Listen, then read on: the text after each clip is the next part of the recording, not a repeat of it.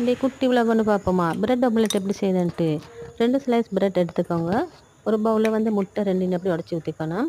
முட்டை வந்து ரூம் டெம்பரேச்சரில் வைக்கணும். அதோட சால்ட், பெப்பர் பவுடர் போட்டு ஒரு விஸ்கால அப்படி நல்லா கலந்துட்டுக்கோங்க. ஒன்றோடு ஒன்று கரையும் வரைக்கும்.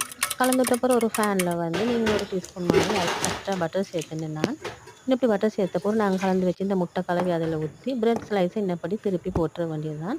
போட்ட போகிற உங்களுக்கு இதுக்கு மேலே மயோனஸ் பூசிக்கலும் இல்லைண்டா நான் டொமேட்டோ கெச்சப் தான் சேர்த்துட்டேன். அதுக்கு மேலே கேரட், வெங்காயம், சின்ன கறி வச்சுக்க அதையும் போட்டுக்கலும்.